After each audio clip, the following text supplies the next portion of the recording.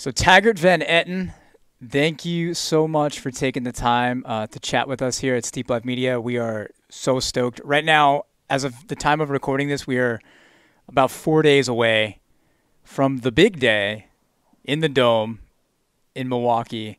So I gotta ask just right now in this moment, how are you feeling with the big day so close? I'm feeling great. Every day I feel just a little better, and I think I could do this thing tomorrow if I wanted to. So I'm kind of just biting at the bit, I suppose. Yeah. So I want to get into everything about your training, your mindset, which actually is what excites me the most about you and interests me the most about you because I think the mind is so much. It's incredibly important, arguably more so than the physical training that you put in because I think it could be the gatekeeper for a lot of people. But before we get into all of that, I want to talk a bit about your background. So for anybody that's been under a rock and has not heard about Taggart VanEtten and what you've been doing in the sport of running, let's go to the very beginning. Like, let's talk about the beginnings of your endurance career, like your endurance background. All right. Well, I guess it started with me wrestling in high school. In wrestling, you got to get in shape, you got to run. So I started doing that. And then my junior year, I went out for track and took a life of its own. And my senior year, I ran track and cross country. I loved it so much that I quit my wrestling that I absolutely loved. So there was that. Then I went into a junior college. It was a pretty decent little junior college to run, and it just did not pan out. So then I transferred back to a local junior community college, and that didn't pan out either. Burnt out from too high mileage of injuries. So me and my coaches, it wasn't just them, it wasn't just me. We ran me into the ground, and it just wasn't fitting for me. Collegiate running wasn't. Then when I was probably 19 or 20 years old, I did my first triathlon. And after the two failed collegiates running stuff, I went into triathlon. Then from there, I think I was probably 20 or 21 when I officially decided to make the move over to triathlon. I just slowly started, getting better at cycling, getting better at swimming. I was swimming sometimes up to 35,000 yards a week. I was cycling my bike 250 miles a week, doing very minimal running training. Around the 2019 mark, I made a pretty big jump and kind of like quote unquote elite triathlon age group wise racing. I brought my swim down to about 28, 29 minutes. I had a functional threshold power of over 340, and I was running about a 116 to 118 half marathon off the bike. So, doing all that aerobic base building, swimming every day, cycling every day, running a couple days a week, doing a lot of strength, core, push-ups, pull-ups, dips, just um, upper body strength, and just general body strength. Then the end of 2019 comes. I have my last 70.3. Then 6 weeks later, I ran the Indianapolis Marathon where I ran 2:37, and that only came from 22 miles a week of running. On top of that, there was a lot of swimming and a lot of cycling. I was doing that a lot. I mean, every Sunday I was cycling between 100 and I was cycling between 100 and like 150 miles every Sunday. So I mean, I was putting in the hours on the saddle, and same way with the pool. Like I said, I was swimming equal or more mileage than what I was running. Then 2019 ended. I decided after I took my 2 week break that I would change focus in 2020 to start to bring my 237 marathon down to hopefully what would be an OTQ in 2023. I figured it would take me a couple of years to break that down. I figured if I started running 100, 120 miles a week, I could eventually get that. In the spring of 2020, I ran 1:10:04 from 12 weeks of just run training, and my full marathon was going to be 7 weeks after that. But that was when COVID hit. It was right after the Olympic trials, and so then I just kind of was thinking about everything. Then in July, I just got done with the tracks. This is in July 2020. I got done with the track session, and I received word that my fall marathon was canceled. So then I made the switch to sign up for Tunnel Hill. And it was, like I said, probably the middle of July. It was about 16, 18 something weeks. And then at Tunnel Hill, I had my absolute best day ever. It was a perfect day to run fast. It was 45 degrees, 6-7 mile per hour crosswinds, overcast, only rained for about 3 or 4 miles on the day. I ran 12 hours, 19 minutes, 54 seconds at Tunnel Hill. So that really is a lot. That's a lot. That's a lot. I know. No, that's perfect. I was being quiet, not only so the listeners can hear you, but partially because I'm continually in shock, even though I knew all of that. I mean, the crash course on Taggart VanEtten, the Cliff's Note version would be: you are incredibly fit, incredibly fast, incredibly focused, and incredibly determined. And I think the results really that up to this point really speak for itself. So I want to go back a bit, though, as far as like I know triathlon training, you know, being in a multi-sport, and you're probably doing a lot of brick workouts. Like, has that like background really helped you now, even though you're mostly focused on running? Like, is having that structure that you need to fit in all those different disciplines, has that played a big role in where you're at today? So in my triathlon training, you know, I would about 3 times a week get in around 2,000 to 2,500 yards, which would be about 30 minutes of very hard threshold swimming, where I'm swimming, I'm not running, but my heart rate is between that 160, 180 range, like I said, for 30 or 35 minutes of my swim. So I'm building a lot of general aerobic cardio there in my swimming. My cycling, I'm cycling 2 to 3 hard times per week, probably a total of about 3 hours of pretty tough cycling, you know. That is building my aerobic base. And I'm doing 2 run workouts a week, which is still keeping up on my speed. I think it transferred over really well. A lot of people have asked me before why I don't cross train, because I'm not training to be the best triathlete in the world. I'm training to be the best ultra runner in the world. Do I think it transfers over? Yes, but does it transfer over well as running twice a day? Probably not. One of the guys who's going to the Olympics for the United States in triathlon, Morgan Pearson, was asked the same question. He ran a 1 hour, 2 minute half marathon, and they asked him, and he thought that if he just focused on running, he'd be faster for the half marathon distance. But yeah, that's kind of at least my thoughts on that. Yeah, I mean, it makes sense when you want to get that specifically that fast, because you said on averaging 22 miles a week, you ran a 2:37 marathon, which is to most people that's very fast. But in the terms of what you're trying to do, let's just say it bluntly, like, it's not that fast in the terms of like super fast marathon. So not to say that that's not, you know what I'm trying to say. Like, I totally get what you're saying. I don't want people to think I'm trying to offend you. No, I mean, 237 is quick and it's okay. And it's very like respectable. But when you're trying to run a 218, a 219, a 237 right, is a training run on a Saturday for those guys. Exactly. So, yeah, that's exactly the point. Like, you know, focusing specifically on that discipline is going to allow you to, you know, somebody to that's take it from 237 to take it down to that time. So with that said, what does you've put in? I mean, you've been posting about it, and you've put in monster training leading up to this. And included in one of your trainings is another world record. So like, let's talk about now the block that you've done since January. Like, lay it all out for us. So I took the first day of 2021 off, January 1st. Then on the 2nd, which I forgot what day that was when I started my training. I was building for 16 weeks for the treadmill world record. Originally I didn't plan on running it, but because the U.S. National Championship for 100K got pushed back in September, that's when I decided to go after the treadmill world record.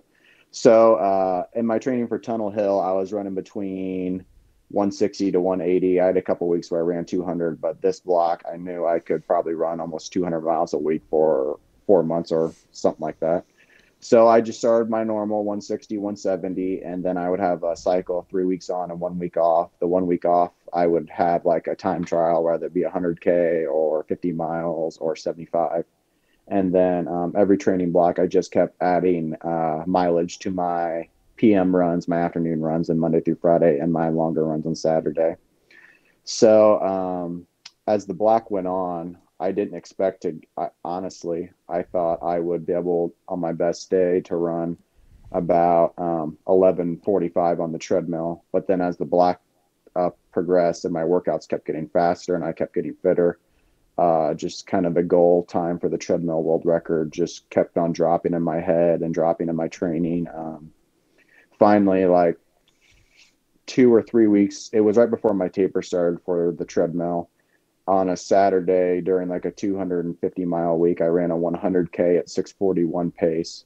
And then I had the thought of after the treadmill, I could go run potentially 11, anything under 11:19, which was the current world record for the time. That was until Alex Sorkin dropped it to 11:14.56. But then I thought, well, I could probably recover for a week and then have 4 or 5 weeks to sharpen up, then a taper for the actual 100-mile world record. So on May 1st, I hopped on the treadmill and my goal time was 11:39 and I ran 11:32.05 for 100 miles. I probably could have I know I could have ran faster on that day. If it wouldn't have been 80 degrees in there the last 3 hours, I could have ran a lot faster. I was in shape to run 11:15 that day, but I knew that I had to look at the overall picture, which would be this coming weekend. So. Right. Plus, I heard you ran. No, this is amazing. I heard that you ran the last mile as a bit of a celebration mile at 8-minute pace rather than around that 7-minute pace. Is that correct? Yeah. I just soaked it in the last mile. I probably could even ran a little slower, but I just wanted to get to the finish line. Yeah. Absolutely. So I got to ask, how do you have a coach or did you is this training plan completely DIY? I've never really had a coach since college. I've had a few people who I asked to give me suggestions on stuff, but ever since I started running 150 plus miles a week, no one can really give me a suggestion. It's just kind of me reasoning with myself how long I can go. So I'm self-coached. Yeah. So how much thought went into that? January 2nd, you started this training block. So how much time dedicated, if any, like did you set, like did you like write out month by month leading up to, 6 days at the Dome, or is it just kind of in your head and it's just all the experience you've had leading up to this point? I go to a calendar and I look. I use Training Peaks a lot. I don't know if you know what Training Peaks is, but it's like an application that shows you your fitness, your form, your stress, and all that. So typically I know every morning that I wake up, I got to run anywhere when I'm in the block, 16 to 18 miles. And in the afternoon, depending how far I am, if I'm in January versus April, it's normally 8 to 13 miles.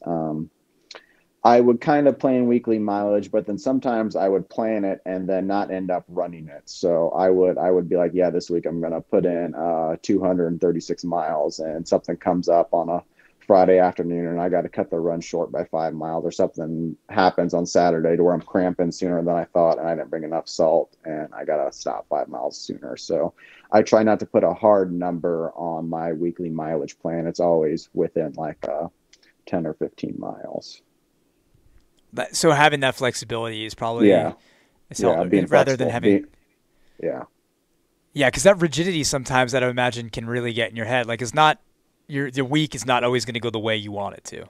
Yeah, for sure. And one thing is, so my highest mileage week this year was 258 miles, but according to Training Peaks, it wasn't even my most stressful week.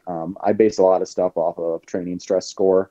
And I had 2 weeks in this past training block between the treadmill and this week that were about 10 miles lower, but had over 100 TSS points compared to the week when I ran 258.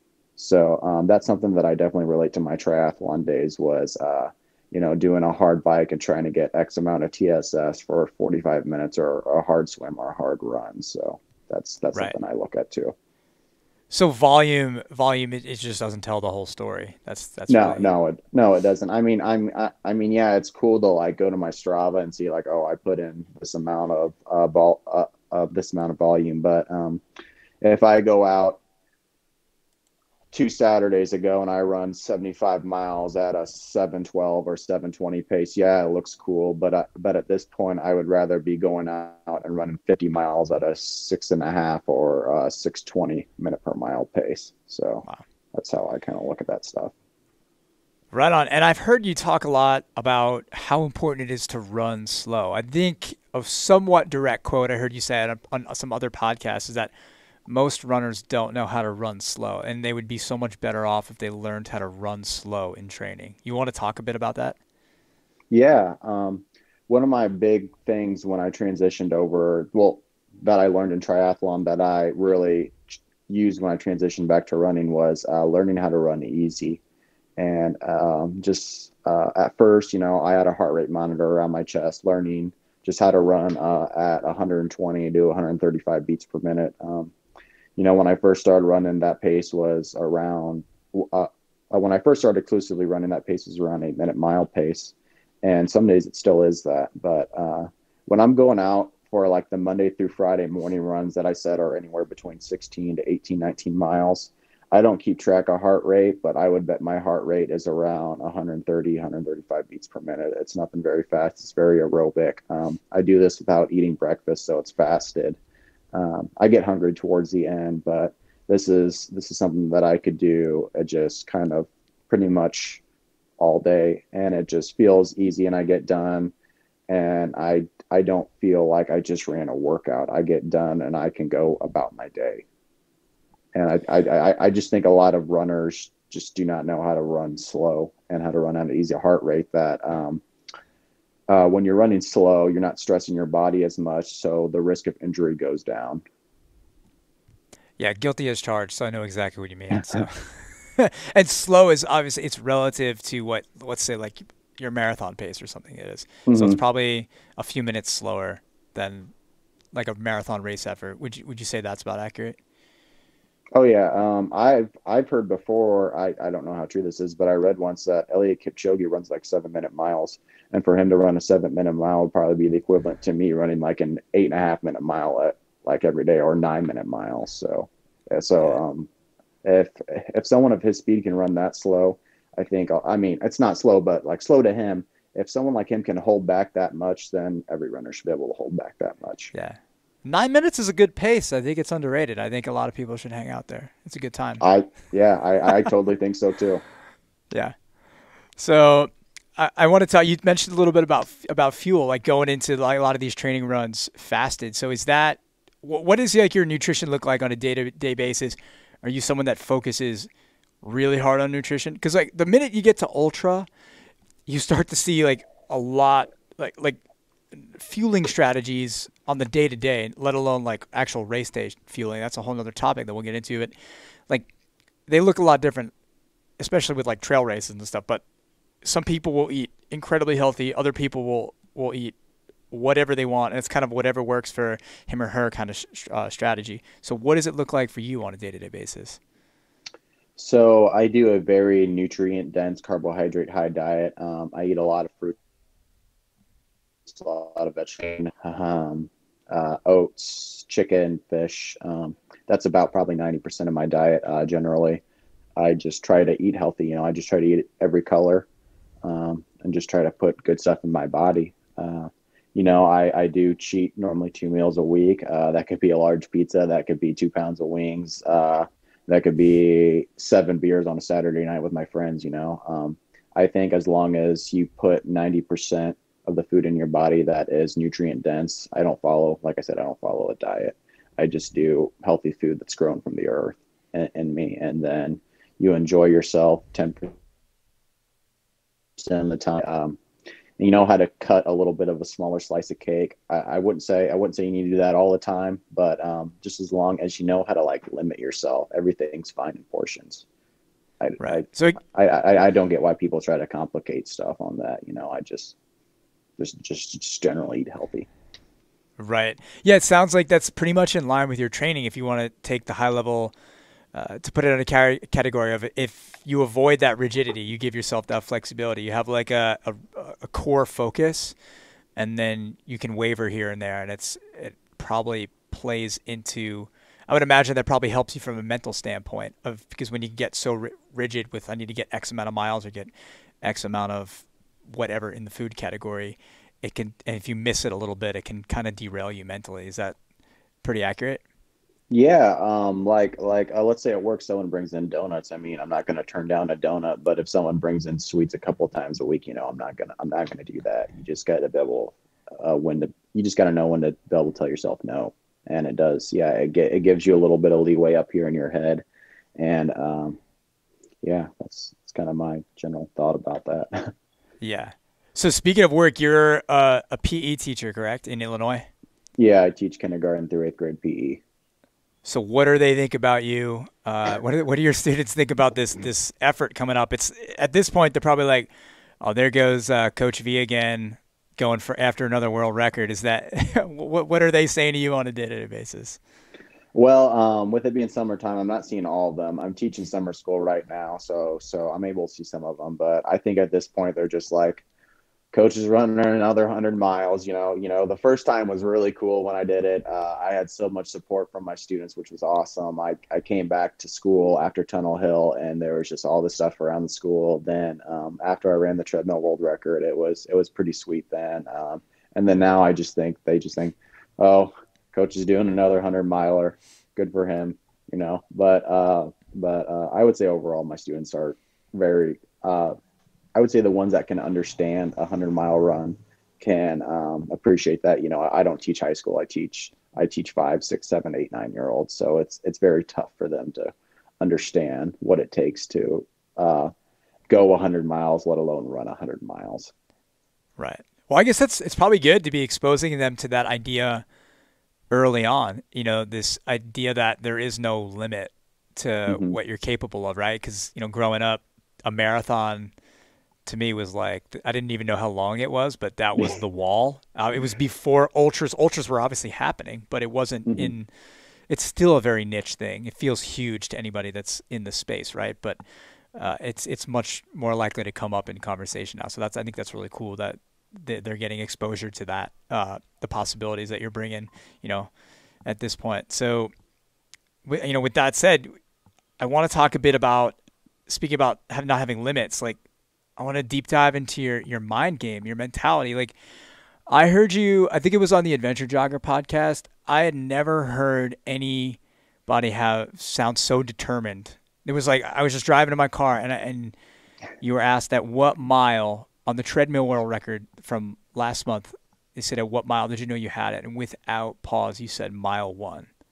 And it wasn't in a cocky way. It was this, you was like, you completely believed in yourself and had no doubt, zero doubts that you were going to get it. And I got to imagine that is huge. That's the gatekeeper. That, like, if you don't have that when you're trying to do something that is so extreme, like, you're not going to be able to reach it. So where did that all start? Like, is that something you had at craft over time, or did you always have this positive, determined mindset since like your childhood?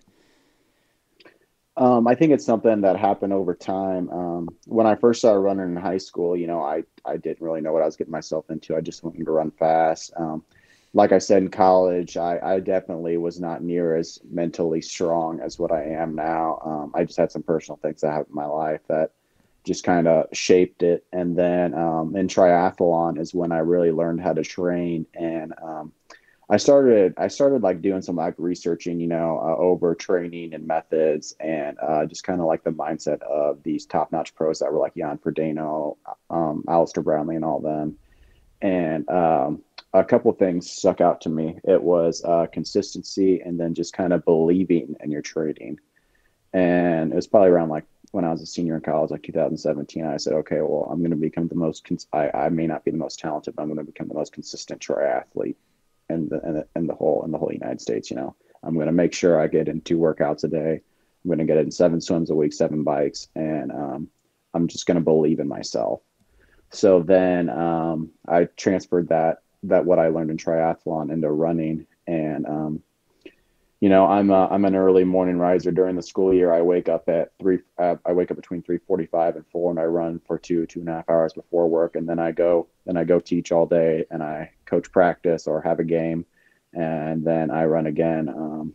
And when I'm out there at 4:30 in the morning or late at night after a basketball game or whatever, I'm saying to myself, this is just hardening just hardening myself, because I I didn't really know how many people were training like that. I know I don't have a family, so it's just me and my dog here. But I just kept, when I started training for Tunnel Hill in August, I was like, this is pretty much it. You just gotta believe in your plan, and on every single run, I envision me accomplishing my next goal, whether it would have been Tunnel Hill, the treadmill, or hopefully this weekend going sub 11. I don't go out on a run and let my mind wander. I start at the start of the race, and like this morning, I'm doing 10 miles. At mile 6, I'm thinking I'm at mile 96 right now. I got 4 miles to go, and I'm just imagining how the track will be like. I'm imagining me pulling a goo from my friend's hand. I'm constantly, when I'm training, thinking about how I'm going to get to the end of the next race and how it's going to play out and everything. And I could see the whole thing in my head. And if I could have painted a picture before the treadmill run, I probably could have predicted the whole day, because it went exactly as I planned it. Yeah, I just tried to be very confident in myself, and try to stay. I do try to stay within myself. I try not to get too cocky, but I just have to believe in my training. I know that, I'm trained. I don't believe anyone can train for 100 miles better than I can right now. And it's just that mental part of just staying strong, the whole training block. Yeah, I mean, that's so huge. You're definitely sound a bit like, to make a cliche but accurate, analogy or comparison. Definitely a little bit of a Prefontaine mentality there, where you've put in the work, and that's what's backing up your confidence. It's not an ego-backed confidence. It's like you've put in the miles and the long miles, the early mornings, and you've put in that work. So we're excited to see you throw down on the track on Saturday. So let's jump into 6 days in the Dome and actually what the plan is for race day. So usually, this being a track-based event, there's a lot of things that you don't have to think about in a lot, especially trail ultras, or road ultras, but you're not thinking about different variations in the course. You have a 400 plus meter track inside the Pettit Center in Milwaukee. So what is the mindset? Like, how I know a lot of people out there are probably like, well, how are you gonna just click off miles in an oval for sub 11 hours? So talk to me, like, race morning, like what kind of things are going through your head that you like? Do you get ready? Do you prepare yourself for a race morning like that? Like, what do you do when you step on the track? So, as far as thinking the oval, stuff like that doesn't bother me. I mean, I ran 100 miles on the treadmill.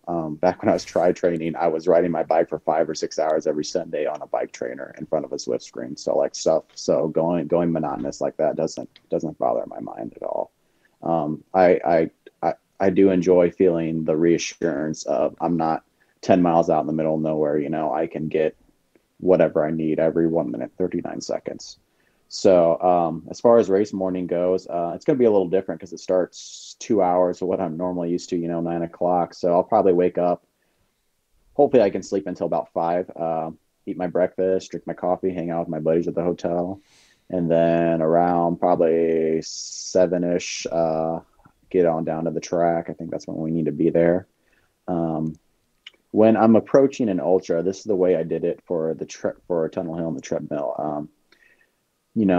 It's an all day race. You don't have to jump at the gun. I mean, like, even in a marathon, if your first mile isn't right at where you want it to be, or you don't feel as great as you thought you would, you're probably in just a tad bit of trouble. But I have all day to like just run and just to find myself.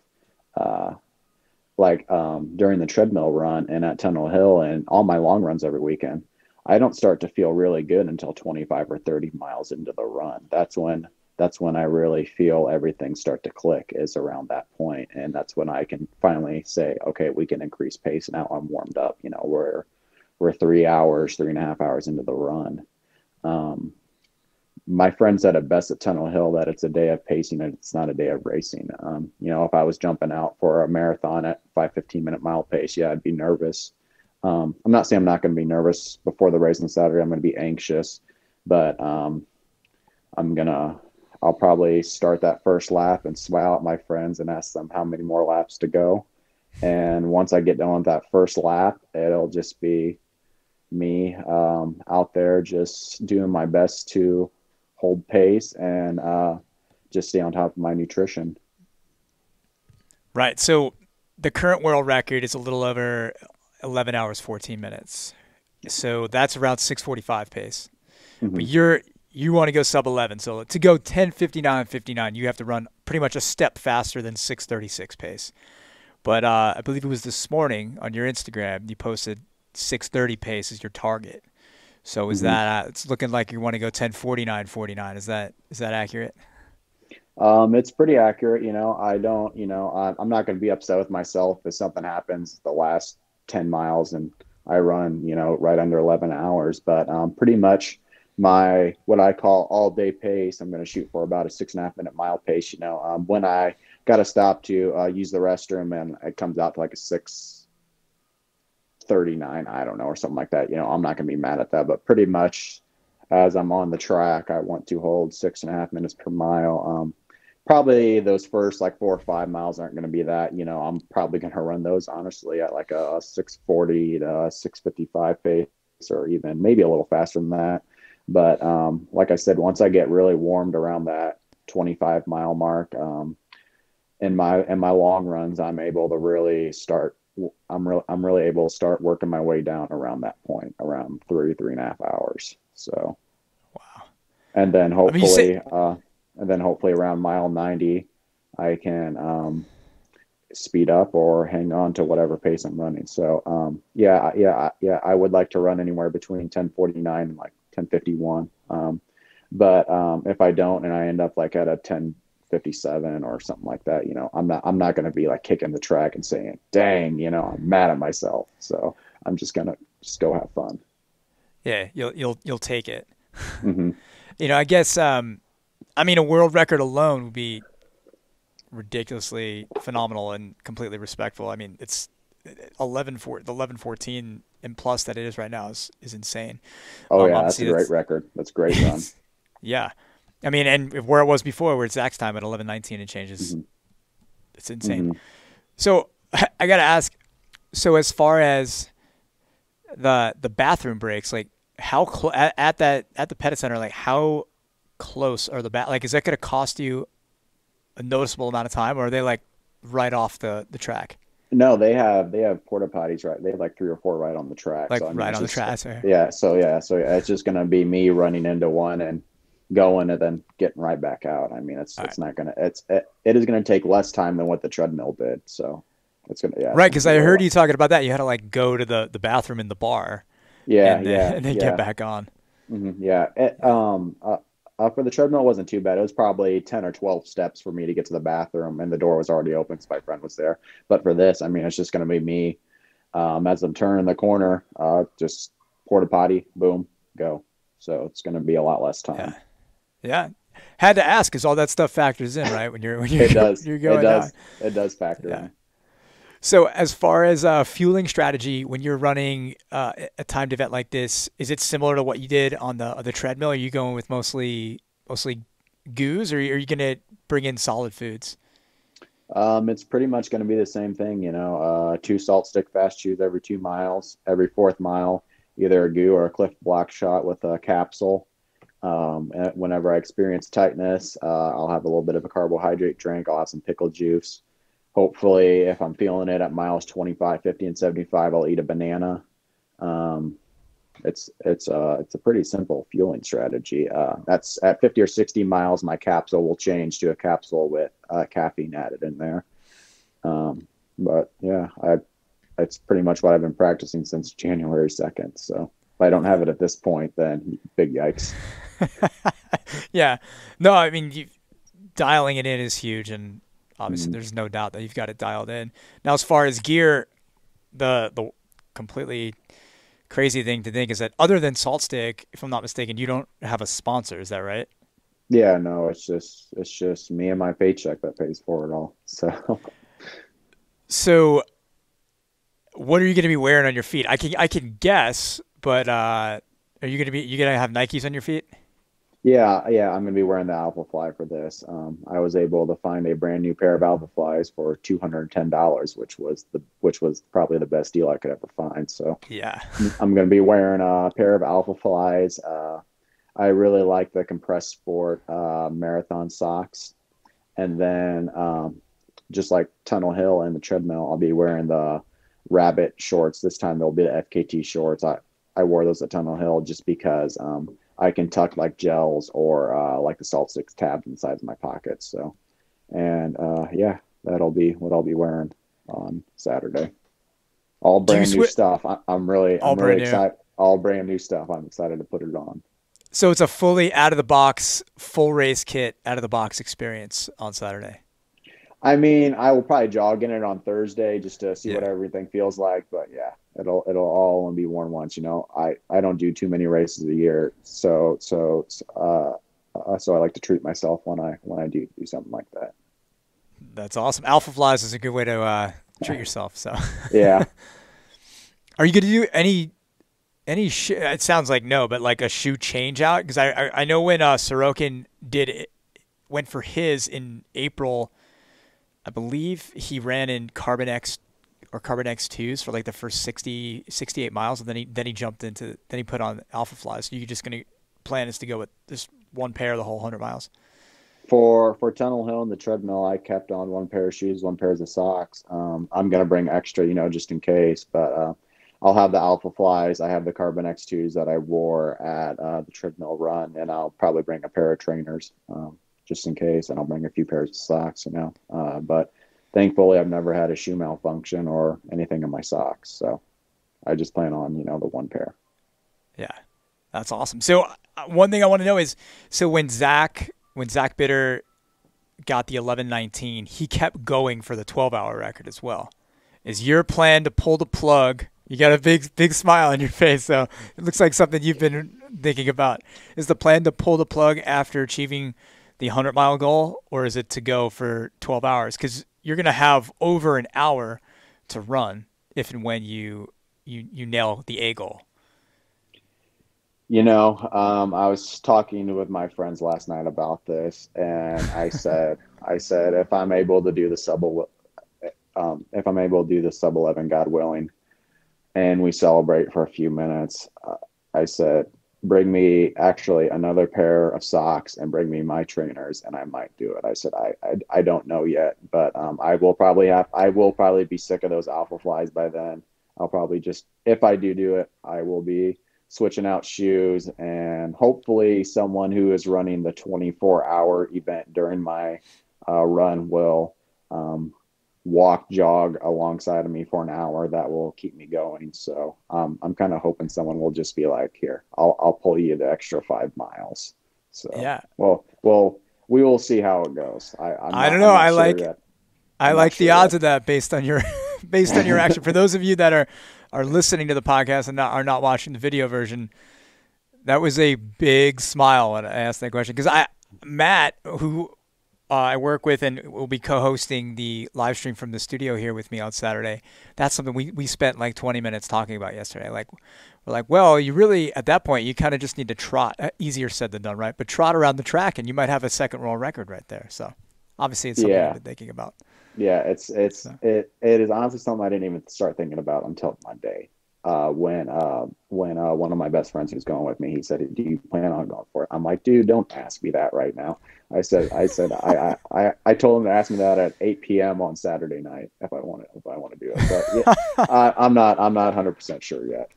Yeah. Well, that's great. I mean, and it's good. Maybe it's a good sign that you weren't thinking about it because you were focused, which is really one of the takeaways from this conversation with you. I think people see that you're hyper focused on the goal.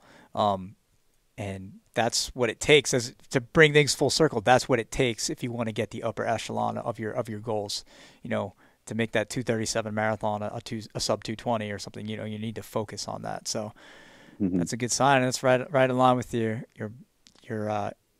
training credo, I guess you could say, or mantra. So before I let you go, I guess, is there anything else you want to talk about specific to the race as far as anybody you want to give a shout out to leading up to the big day? A shout out, like I said, I'm gonna have my 3 guys there who were there at Tunnel Hill, were there at the treadmill. I need to give a shout out to them because none of these 3 races would be possible without them. My mom, who supported me all these years, always focused on the dream from back when I was running 18 and a half minutes to 5K to now hopefully 11 hours for 100 miles. I need to give a shout out to her. I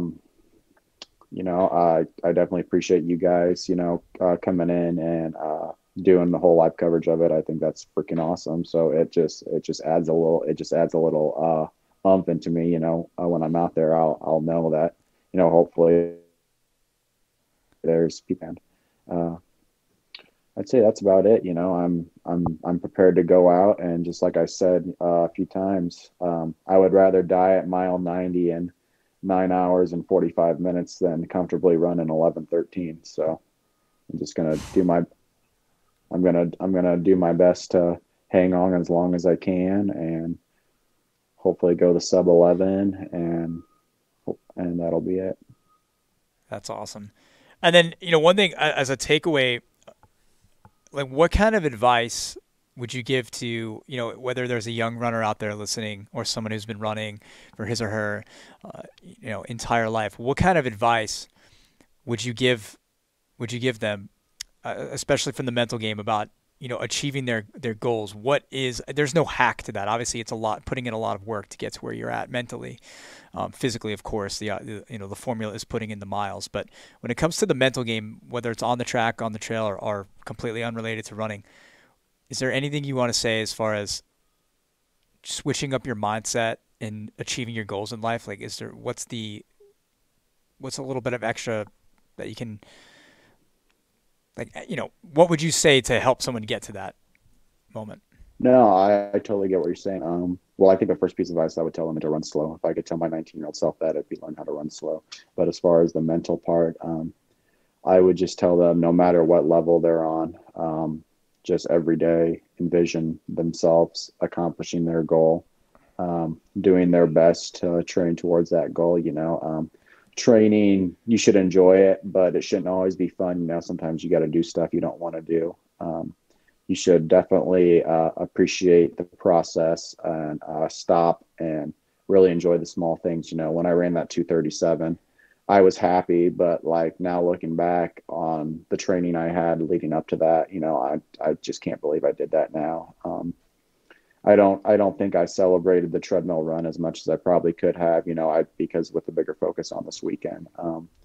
You need to just do your best to, like I said, enjoy the process, make those mental marks, stay tough, learn the difference between when something is sore or you're tired or you're hungry and versus a pain in your leg.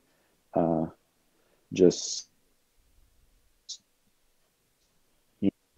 kind of about it. Just you can't compare yourself to anyone either, because I did that in college a lot. I would try to compare myself to these guys who are running 24, 25 minutes for 8K that started running when they were 10 years old. You just can't compare yourself to anyone. So you're your own success story, and you should be your own biggest fan. Oh, I love that. You're your own success story. You should be your own biggest fan. That's You should fantastic be. advice. Yeah, I love it. And Thank yeah, and you. it's amazing. And all of that physical work, all of that mental work is we're excited to see it all unfold on Saturday. So, Taggart, I won't take much any more of your time. We will. We would love to check in with you at some point after the race, whether it's in the Dome or later next week, to hear about the effort. But until then, we are on the edge of our seats for Saturday to watch it all unfold in the Dome.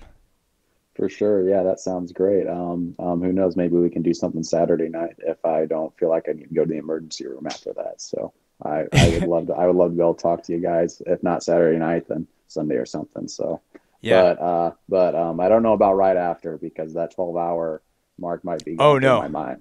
It might be going through my mind then. So we'll have to see. Yeah. No, we have no doubt about that. So Taggart, thank you so much for taking the time. Everybody here at Steep Up Media and Aravaipa, we just are so thrilled for you, and we'll see you on Saturday. Sounds good. I'll be ready to go. Thank you again. Amazing. You got it. Take care. You too. Thank you.